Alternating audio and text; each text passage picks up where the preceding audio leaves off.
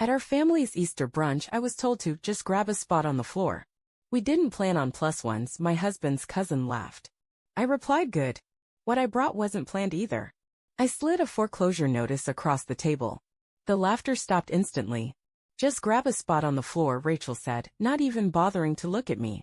I stood in the doorway, still holding the lemon tart I'd baked last night at 2 a.m., because, heaven forbid, someone brings store-bought to the infamous Easter brunch at Aunt Cheryl's. Oh, I said slowly, blinking. There's no room at the table? Rachel giggled and sipped her mimosa. We didn't plan on plus ones. I stared at her.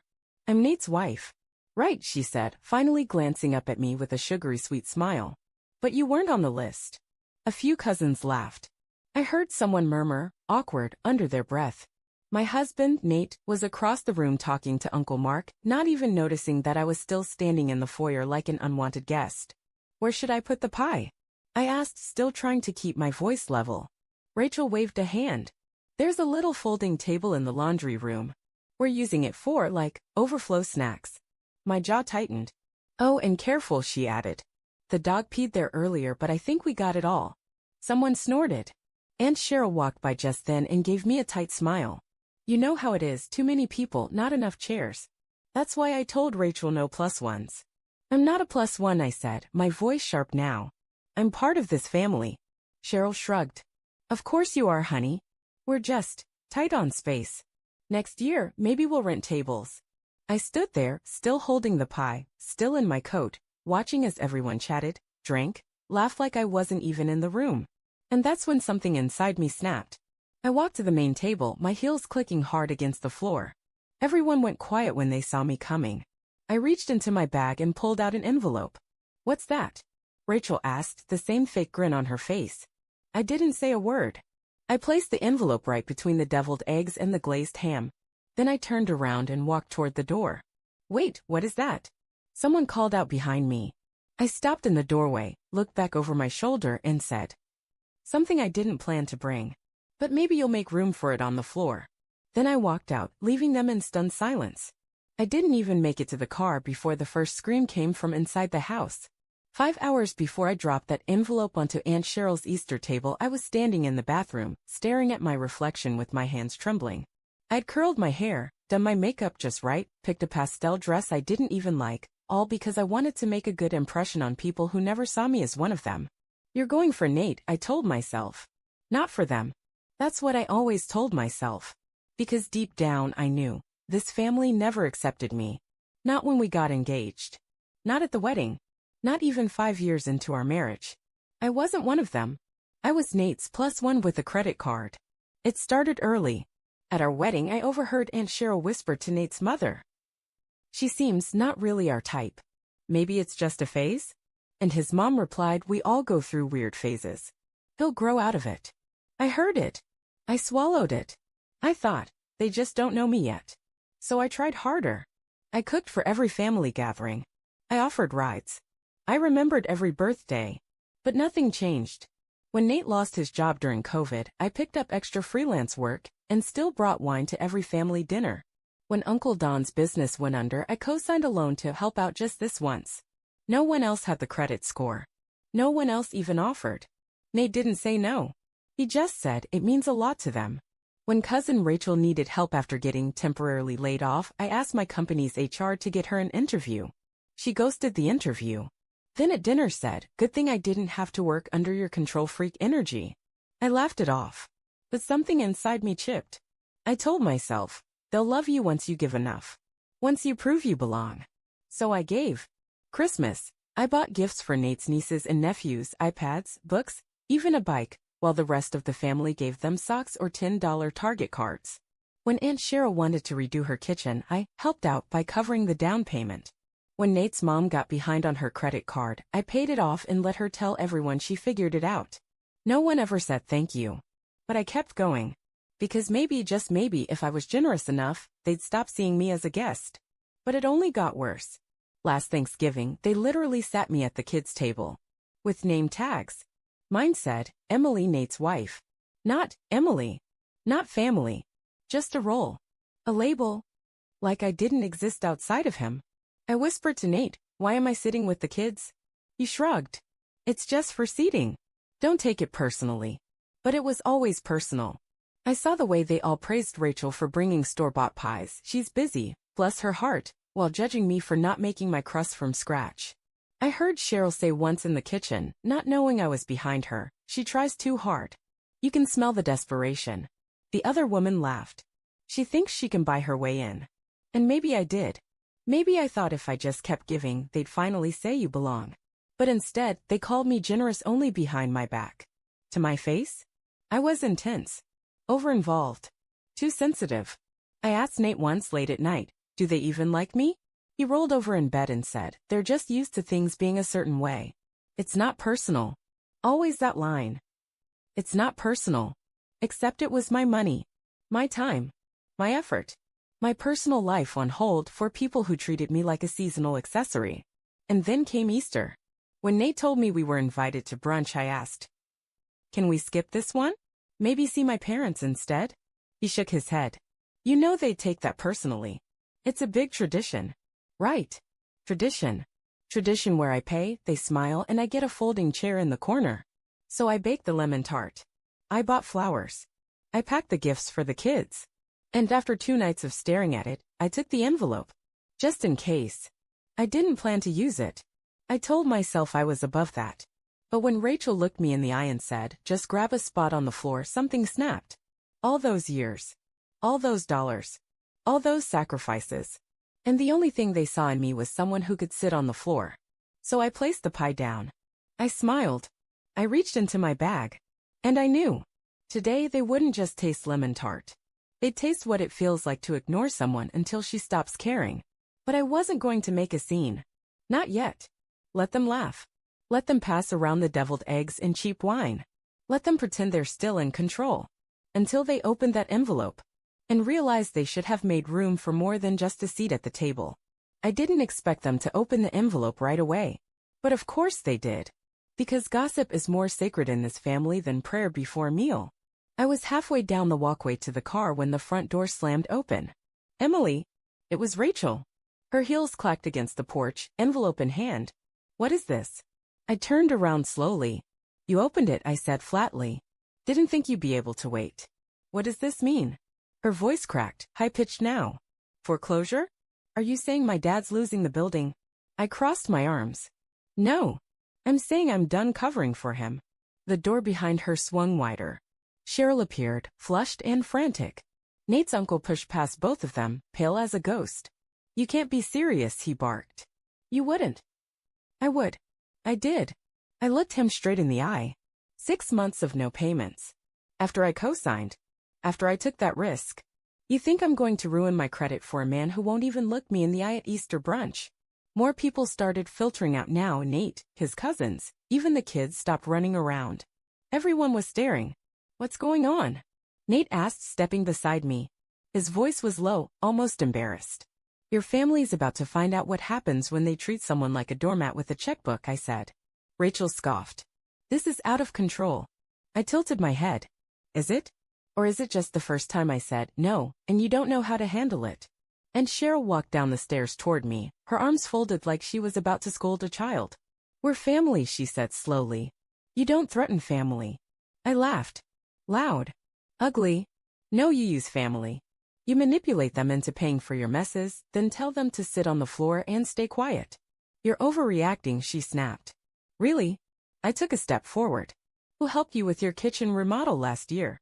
Who paid for your appliances when your savings mysteriously evaporated? Her face flushed. That was a gift. No, I snapped. That was me trying to earn a seat at this table. I turned to Rachel. Who got you an interview at my company and vouched for you? You skipped it and then called me controlling. I let it go. She looked away. I turned to Nate's uncle. Who took out a loan on their name so you wouldn't lose your warehouse? Who covered your missed payments for 3 months quietly so no one would be embarrassed? He stared at the ground. I looked around. And what did I get in return? You laughed at me behind my back. Called me desperate. Told me to sit on the floor. No one said a word. Then Nate spoke. Emily, this isn't the time or place. I turned on him. Really? Then when is the right time, Nate? Because I've waited 5 years for you to say something when they treated me like a stranger. 5 years of you shrugging and saying they didn't mean it. He went pale. I took a breath, steadied myself. You know what? I said. You're right. This isn't the time. Because I shouldn't even be here. I shouldn't have ever been here. A voice piped up from behind. Cheryl's husband. This is dramatic. It's just money. That did it. Just money. I shouted. Just money. You have no idea what I gave up for this family. The vacations I didn't take. The emergencies I ignored in my life to bail out yours. You never saw it because you never asked. I looked at Nate again. You never asked. Silence fell again. The kind that sinks in and stays heavy. Cheryl blinked. You really would let the bank take it, wouldn't you? Just to make a point. I nodded. I'm not making a point.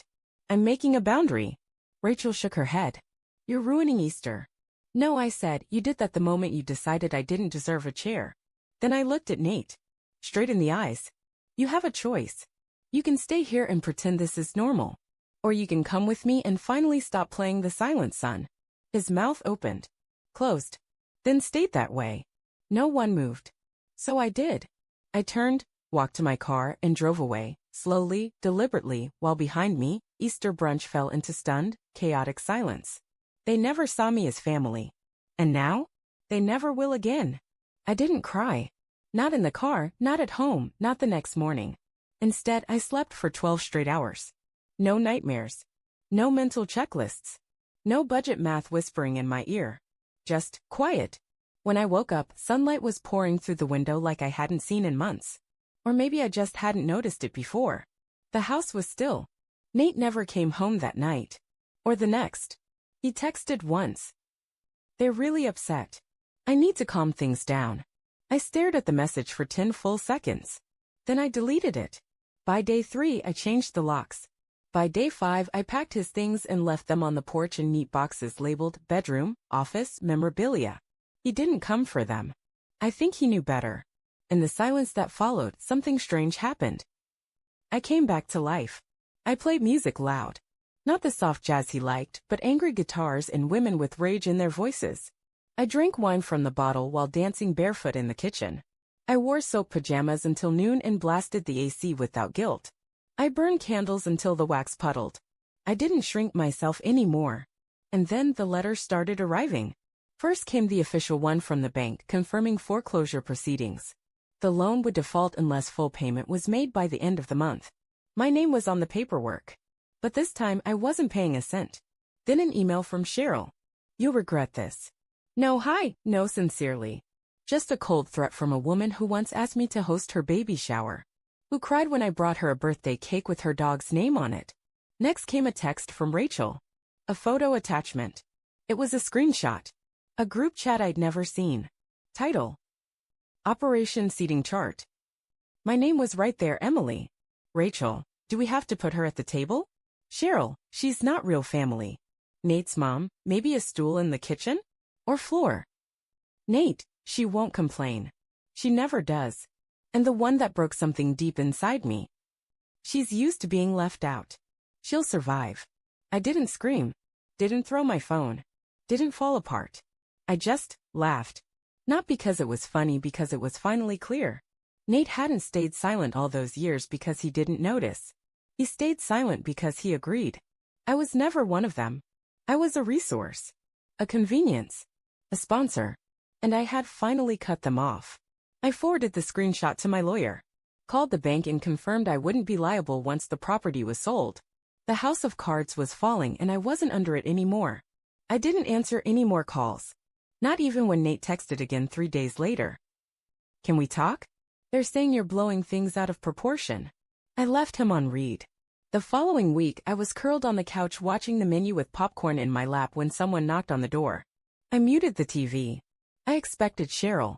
Maybe even Nate. But it was Brian, Nate's quiet, awkward cousin. The one who always looked a little out of place, a little uncomfortable, like he'd rather be anywhere else. He was holding a manila folder and looked like he hadn't slept. I know I'm probably the last person you want to see, he said. But I think you need to see this. I stepped aside wordless. He walked in, sat at the table, and opened the folder like he was about to deliver a police report. Inside, printed documents. Screenshots. Photos of banking apps. A copy of a credit card application with my name on it. "This is yours, right?" he asked. "Except, you didn't open this account." I skimmed it. The blood drained from my face. Home Depot. Chase Freedom. Capital One. All in my name. Transactions I'd never made. Items I'd never purchased. A line of credit tied to my social security number, used to buy renovation tools, retreat expenses, and even a wedding dress boutique in Sedona. "Rachel's account," Brian explained, pointing to the screenshots. "She used your PayPal to make payments. Said you were reimbursing her." I blinked. "How did she get into my PayPal?" "You once used it at Cheryl's house. On the family computer." He paused. "They copied your login. Then guessed your password reset questions using Nate's Facebook." My chest was tight. "How long has this been going on?" "Over a year. But that's not the worst part." He pulled out a copy of the warehouse loan. Refinanced. Without my knowledge. And my digital signature pasted in. He looked up at me. "I think they forged it," he said. "I can help prove it." I sank into a chair. Why would you come forward now?" His face twitched. "Embarrassment? Shame? Because they did this to me once," he admitted. "Used my name to co-sign a second car loan. Then defaulted and let my credit tank. I let it go. I told myself it was family." He looked me in the eye. "They don't stop. They just move to the next person." I stared at the folder again. All the years I thought I was helping, I was being stolen from. It wasn't just emotional manipulation. It was fraud. Identity theft. A coordinated scheme, and I was the scapegoat. Brian leaned forward. "I'm pressing charges," he said. "You should too." I exhaled slowly. "They'll deny everything." He nodded. "That's why we go together. 2 complaints. Same pattern. They won't be able to bury it." I stared at the documents. The final nail in the coffin. Not guilt. Not shame. But evidence. I looked at Brian and smiled. "Let's tear the whole thing apart." The court date was set for mid-May. By then, my name was cleared on 2 fraudulent credit cards, the warehouse loan had officially defaulted, and Rachel's bank account had been frozen. Cheryl's Home Depot card? Flagged. Turns out, using someone's digital identity to fund a family-wide shopping spree isn't just unethical. It's criminal. Their lawyer tried to call it a misunderstanding. Brian and I called it a pattern. By the end of the first hearing, the judge ordered an independent forensic audit. I walked out of the courthouse in heels and sunglasses, the kind you only wear when you don't care who's watching because you know they are. News travels fast in Nate's family. The brunch group chat? Disbanded. Rachel. Silent on Instagram. Cheryl? Hosting prayer circles for attacks on our unity. Even Nate, the man who said I was used to being left out, finally called. I didn't pick up, but I listened to the voicemail. I didn't know it would go this far. "Can we talk? Please. They're saying you've ruined the family." I replayed it once, then deleted it. I didn't ruin the family. I just turned on the lights. A week later, I was sitting at a coffee shop across town, my favorite one, where no one called me, just Nate's wife, when I got a message on LinkedIn from someone I didn't expect. Jenna K., Brian's wife, the accountant. "Hey Emily, I know we've never really talked, but I just wanted to say thank you. You standing up changed everything. Brian finally cut ties. And we're moving. We're free. Thought you should know that." I read it twice, then again. And that's when the tears came. Not sadness, not rage, but something I hadn't felt in a long time. Relief. I wasn't alone. It wasn't all for nothing. 2 days later, something even stranger happened. I got a letter. Real paper. Real envelope. No return address. Inside, one sentence. Handwritten in shaky cursive. "You were never the problem. I'm sorry I didn't speak up." No name. But I knew who it was. Kelly. Nate's cousin's wife. The one who never spoke. The one who always looked like she was holding her breath at those family dinners. I smiled. I didn't need revenge. I didn't need apologies. But wow, it felt good to know someone saw the truth. 3 weeks after that, I ran into Nate. At the grocery store. In front of the frozen peas. He looked thinner. Unshaved.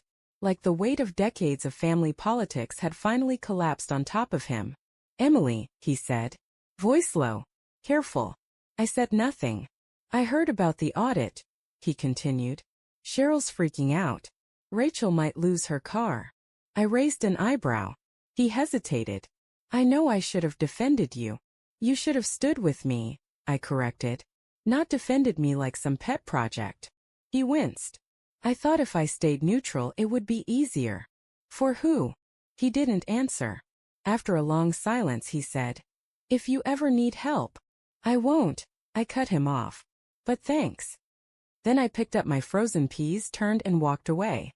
And just like that he became what I should have let him be years ago. A stranger in a shared aisle. Today it's been 4 months. The case is still ongoing, but the damage is done to them. My credit's clean. My accounts are locked. I started freelancing again full-time. And you know what?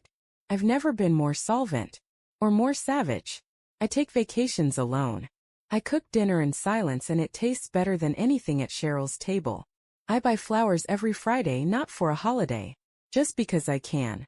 I'm not saving receipts for anyone anymore. The old me? She died the day they laughed about sitting me on the floor. The new me? She doesn't beg for seats. She builds her own table. And only invites the kind of people who bring their own chairs, plates, and respect. Family isn't blood. It's boundaries.